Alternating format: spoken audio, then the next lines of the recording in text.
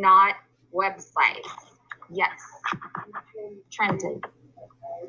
You can just leave it that way. So, Microsoft Edge is actually, it should say Microsoft Bing on the PowerPoint. Edge is like that little blue circle in the bottom there.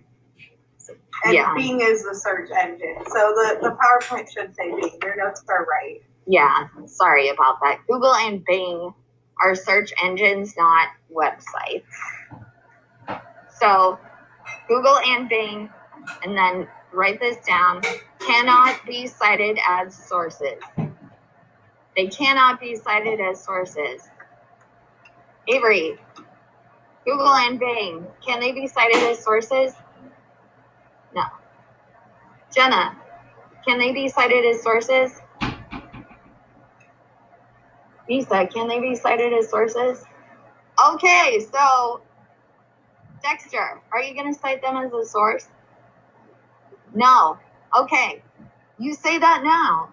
But I feel like the odds are at least one of you is going to turn in a paper, and on your paper, someone will cite Google in their in-text citation, or someone will put it on the works cited page.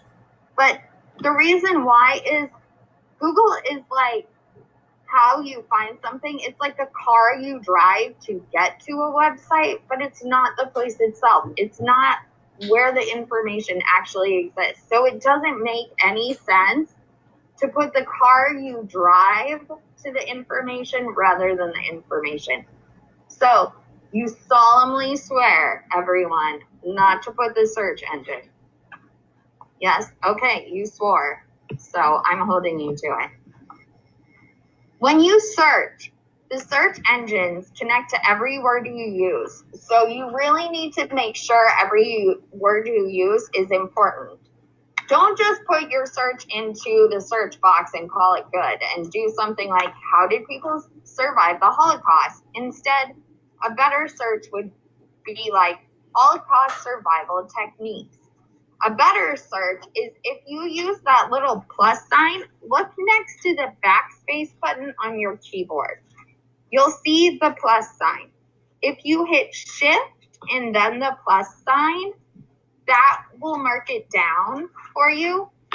That will mean that the search bar will search all three of those words no matter what. It won't leave any of them out. So it's really helpful. Then if you use quotation marks around the words, it will make sure it searches them in order. So it's even better. Who already knew that before right now? Nobody? It can be super helpful. Gavin did. Awesome. You know a lot about research, Gavin. That's cool. So I highly suggest using the plus sign and the quotation marks to help you research. Another thing, don't be too general or specific. What do you guys think would happen if you just searched Holocaust? Anybody have a guess? What'd you say, Sam? It would bring up the Holocaust. And how much do you think it would bring up about the Holocaust?